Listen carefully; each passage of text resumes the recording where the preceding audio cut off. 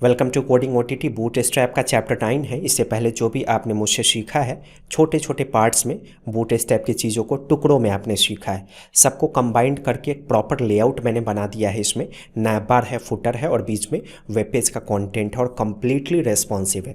कोई भी external CSS का यूज नहीं किया गया है। आज के इस वीडियो को देखने के बाद आपको सच में आइडिया लग जाएगा कि बूटस्ट्रैप में एक वेबसाइट को सही रूप से कैसे डिज़ाइन करना चाहिए, मतलब कि प्रोजेक्ट कैसे बिल्ड करना चाहिए ना। बूटस्ट्रैप में A to Z इसमें कवर किया गया है। कुछ नई टेक्निक्स भी आप जानोगे रेस्पॉन्सिव का, जरूर देखिएगा।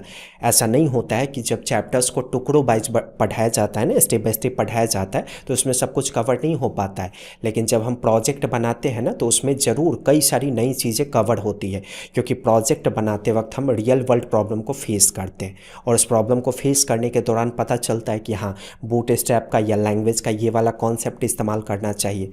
तो अगर आप प्रोजेक्ट नहीं देखते हो ना, तो बहुत बड़ी गलती करते हो, क्योंकि प्रोजेक्ट में बहुत सारी नई चीज़ें आपको सीखने को मिलती है। वीडियो को शेयर जरूर कीजिएगा, लाइक कीजिएगा। चैनल पे अगर आप नए हो सब्सक्राइब करके बेल आइकन को हिट कीजिए, कमेंट कीजिए, 100% रिप्लाई जाएगा आपको। और ये हमारा इंस्टाग्राम हैंडल है। यूट्यूब से थोड़ा सा डिफरेंट वीडियो आपको इंस्टाग्राम पे देखने को मिलेगा, वहाँ पे भी फॉलो कीजिए। धन्यवाद। हम सब कुछ स्क्रैच से करने वाले हैं। डेस्कटॉप पे एक फ़ोल्डर बना लीजिए, जैसे मैंने कोडिंग OTT के नाम से फ़ोल्डर क्रिएट कर लिया ऐसे। अब इसके अंदर एक फ़ोल्डर क्रिएट कर लीजिए इमेजेस के नाम से। इसमें वेबसाइट में उपयोग होने वाले सारे फ़ोटोज़ को रखेंगे। तो जब भी रियली में वेबसाइट बनाते हैं ना, तो उसका सारा source code, photos, audio, video एक फ़ोल्डर में होता है। इससे पहले जो मैंने आपको सिखाया है उसके लिए तो मैं डेस्कटॉप पे या कहीं पे भी इंडेक्स फाइल क्रिएट करके आपको सिखा देता हूँ। लेकिन जहाँ पे प्रोजेक्ट मेंटेन आप कर रहे हो ना, प्रॉपर प्रोजेक्ट, वहाँ पे फ़ोल्डर होना चाहिए ब्रांड के नाम पे, जिस ब्रांड का वेबसाइट आप बना रहे हो, और उसके अंदर उसी से रिलेटेड सारा कोड्स का कलेक्शन होगा। इसलिए मैंने ये चीज़ को तैयार किया। अब आ जाइए VS कोड में, फाइल में चाहिए add folder to workspace और ऐड कर लीजिए इसको यहाँ से। अब इसके अंदर फाइल क्रिएट करेंगे होम पेज का index.html के नाम से। HTML का बेसिक स्ट्रक्चर राइट कर दीजिए, व्यू पोर्ट होना चाहिए, तभी रेस्पॉन्सिव काम करेगा आपका। अब बूटस्ट्रैप से रिलेटेड कोड इसमें तब काम करेगा जब बूटस्ट्रैप का CDN हम इस्तेमाल करेंगे। तो सर्च कीजिए बूटस्ट्रैप ऐसे। बूटस्ट्रैप का फर्स्ट लिंक आएगा, इस पर क्लिक कीजिएगा, स्क्रॉल डाउन, ये रहा पहला CDN, कॉपी कीजिए। ऑलरेडी आप ये चीज़ पढ़ चुके हो मुझसे। फिर ये रहा दूसरा CDN, इसको भी पेस्ट कर दीजिए। ये वेबसाइट का होम पेज है, इसलिए जो टाइटल होगा ना, उसमें आप वैल्यू क्या डिफ़ाइन कर दोगे, होम पेज। और हाँ, जो भी होम पेज होता है ना, उसमें हम एक तो टाइटल का वैल्यू होम पेज देते हैं, उसके बाद जो डोमेन नेम होता है ना, वो डिफ़ाइन कर देते हैं हाइफन दे के। ठीक है, ऐसा करने का मतलब है कि गूगल पे जब वेबसाइट का नाम आप सर्च करोगे ना, तो सर्च में आएगा। इस वजह से ये चीज़ देते हैं, तो ध्यान रखिएगा। अभी सेव करके रन करेंगे तो कोई फ़र्क नहीं दिखेगा, क्योंकि बॉडी में तो कुछ भी राइट नहीं किया मैंने। ऐसे रन कीजिए लाइव सर्वर मोड में। लाइव सर्वर मोड में रन करने से फ़ायदा क्या होगा, हम यहाँ पे कुछ भी लिखेंगे ना, जैसे मैंने H1 की सहायता से ऐसे राइट कर दिया वेब इंस्टीट्यूट, तो मुझे रिलोड नहीं करना पड़ेगा। बाय डिफ़ॉल्ट यहाँ पे आपको ये लोडेड दिखाई देगा। समझ गए? चलिए, मेन्यू बार को सबसे पहले बनाएंगे। तो बॉडी के अंदर नैव टैग को शुरू करके बंद करेंगे, नैव के अंदर एंकर टैग शुरू करके बंद करेंगे, और यहाँ पे ब्रांड का नेम डिफाइन कर दीजिएगा। href का वैल्यू हैश दे दीजिए, या जनरली ब्रांड के नेम पे जब हम क्लिक करते हैं ना, तो ब्रांड का जो वेबसाइट होता है ना, वो खुलता है।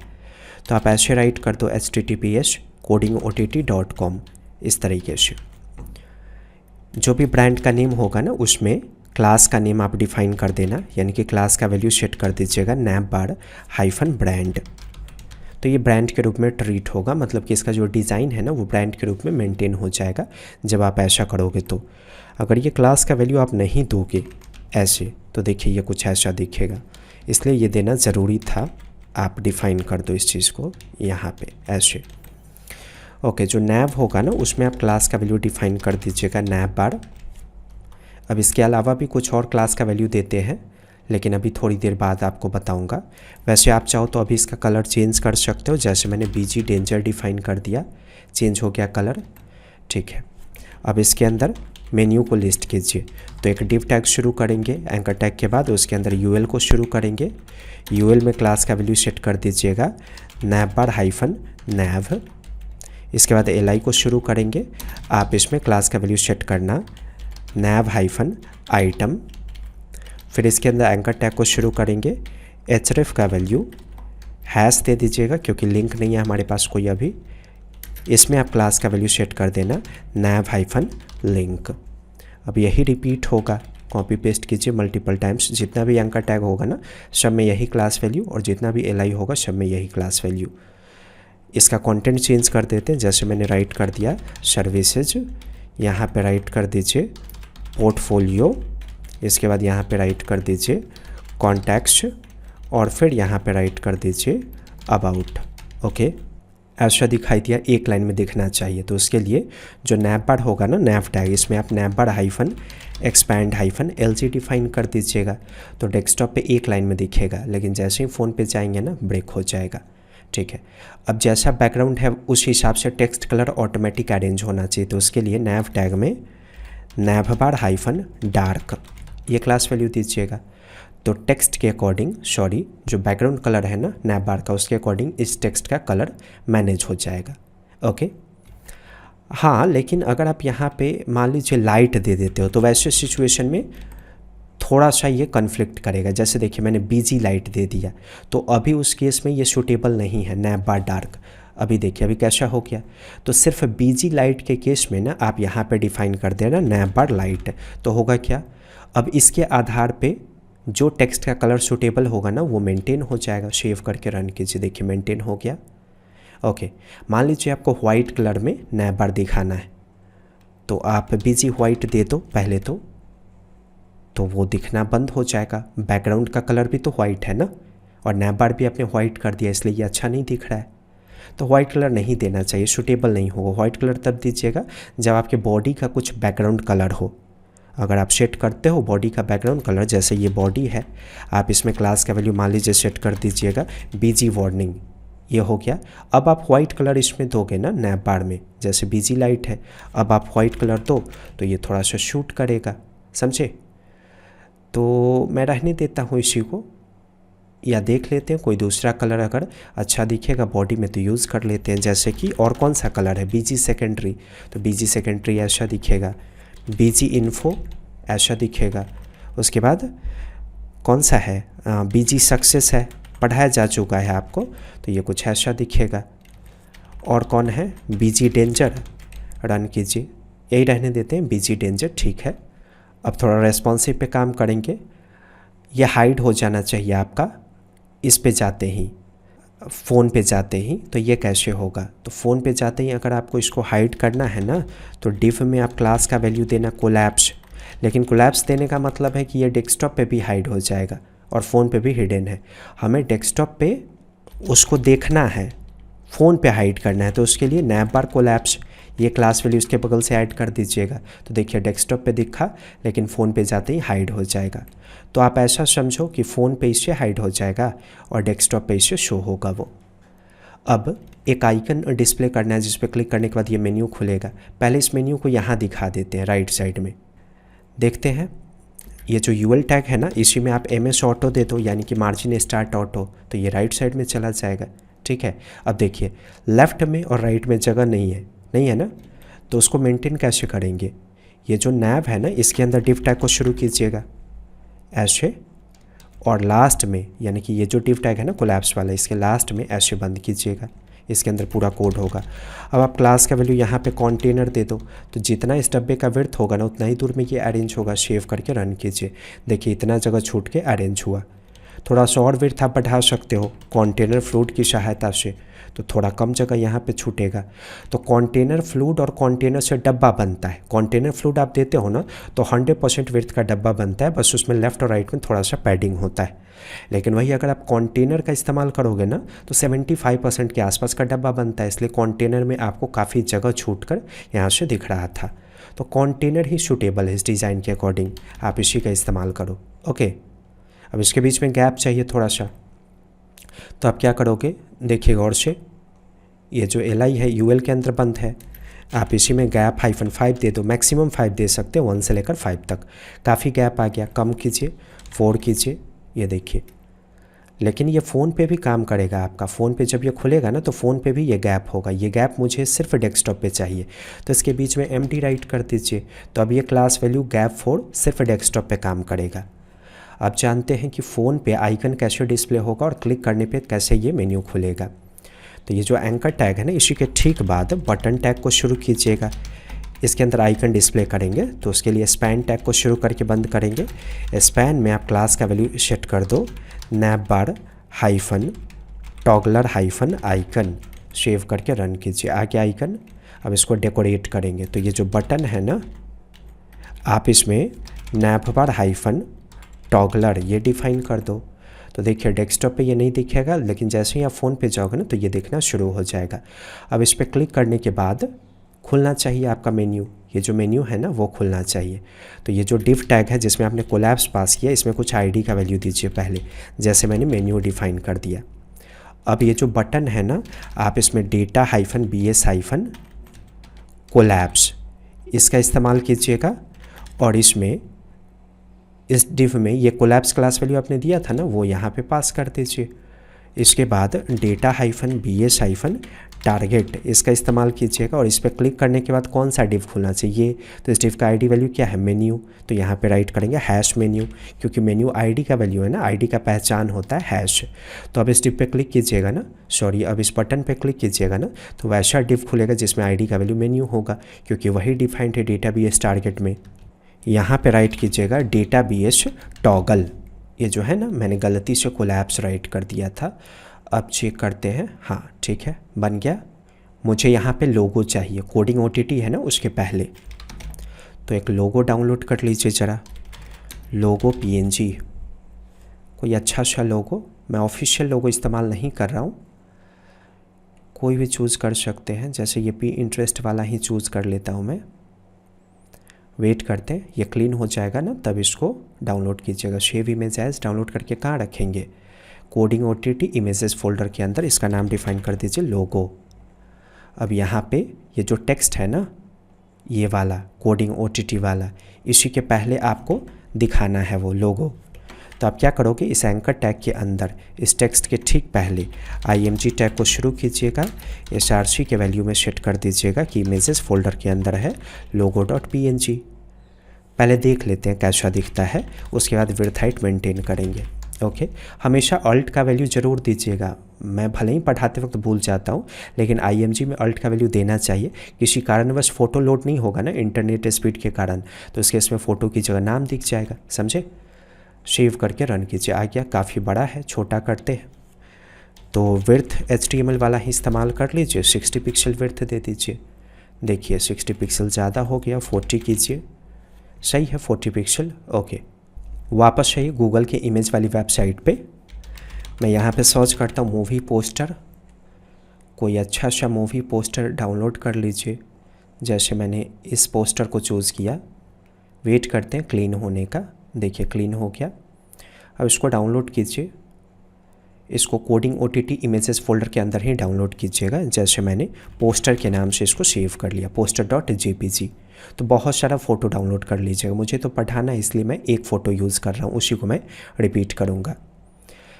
इमेजिन कीजिए कि आपको फ़ोटो डिस्प्ले करना है यहाँ पे, तो आप कैसे करोगे, नॉर्मली नैप बार के बाद ही करोगे। तो नैप बार का जहाँ कोडिंग ख़त्म हो रहा है उसके बाद एक डिव टैग को आप शुरू करना और फिर आप इमेज को सेट कर देना ऐसे। डिव टैग इसलिए क्योंकि एक से ज़्यादा फ़ोटो है, मैंने यहाँ पे डिफ़ाइन कर दिया कि इमेजेस फोल्डर के अंदर poster.jpg के नाम से फ़ोटो है।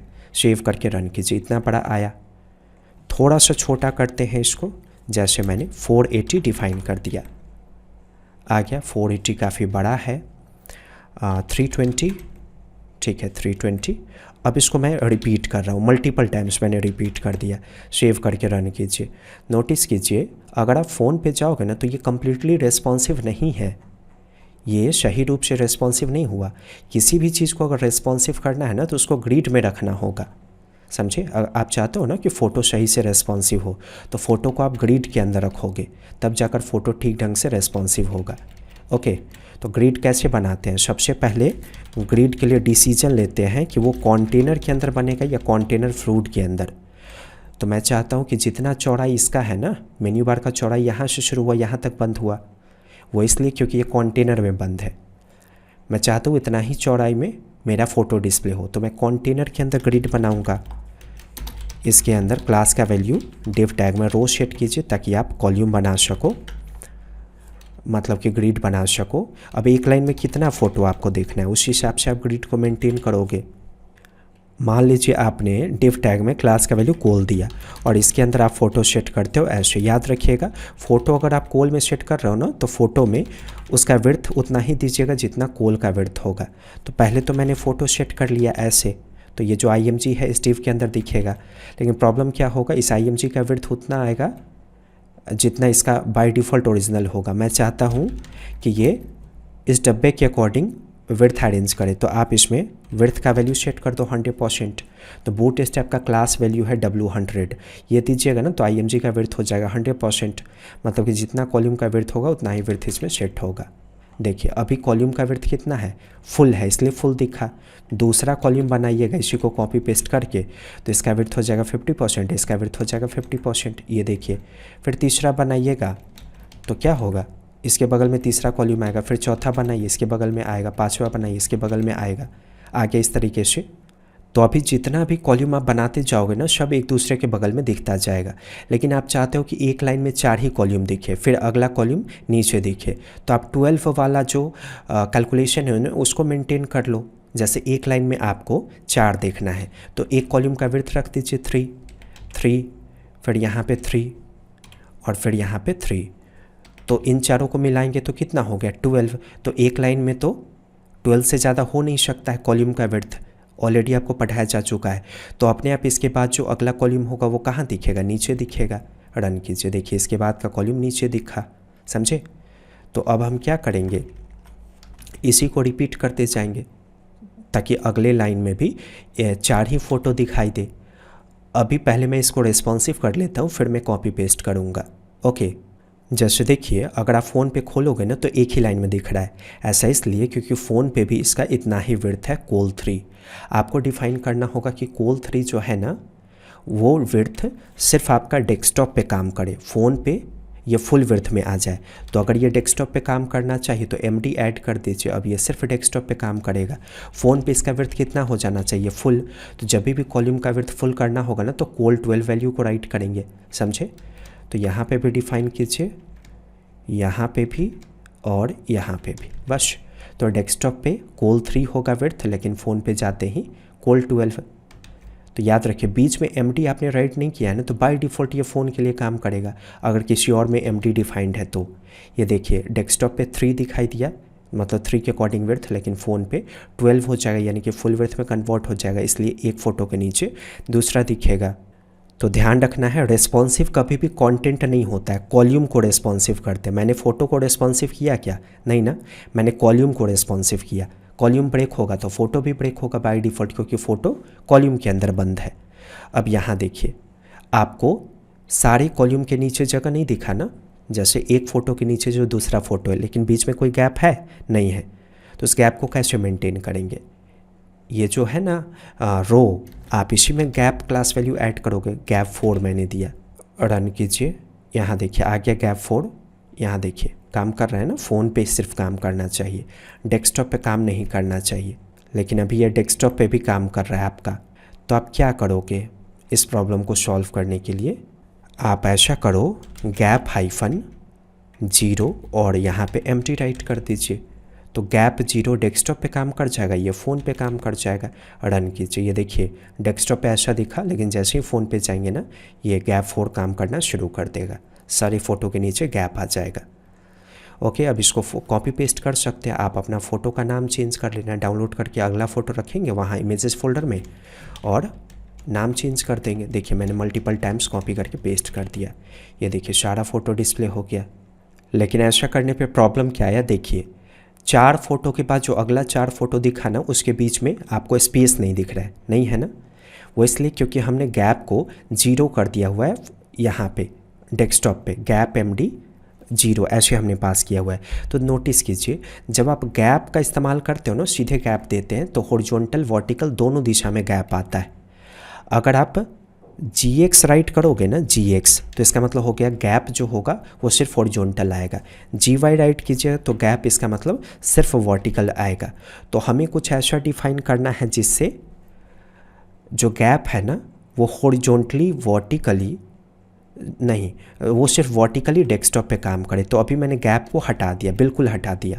तो देखिए डेस्कटॉप पे वर्टिकल गैप अभी भी नहीं दिख रहा है, यहाँ पे गैप नहीं है ना, तो वर्टिकल गैप दीजिए। पहले मैंने राइट किया GY वर्टिकल गैप के लिए 5।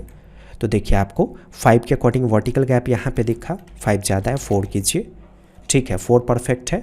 लेकिन फ़ोन पे जाइए, फ़ोन पे आपको, हाँ फ़ोन पे भी ठीक ही दिख रहा है। फ़ोन पे अगर नहीं दिखता ना तो हम फ़ोन के लिए अलग कोड राइट करते, समझे। फ़ोन पे ठीक दिख रहा है ये, तो फ़ोन के लिए सोचने की ज़रूरत ही नहीं, बाय डिफ़ॉल्ट ये बन गया आपका।